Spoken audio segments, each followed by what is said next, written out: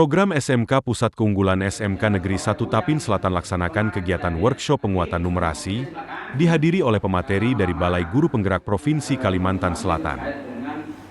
PNM, dan sebelumnya Bapak Ibu bisa melalui video, bisa melalui kelas. Sebentar tadi mendownload, ini data PNM kita. Saya langsung kasih bot untuk SMKN 1 Tapin Selatan. Guru yang terdaftar di PNM. Artinya di sini berapapun jumlah pendidiknya ataupun tenaga kependidikan yang memiliki akun belajar ID dan terpantau di SIM PKB ada 70 orang. Kalau numerasi digunakan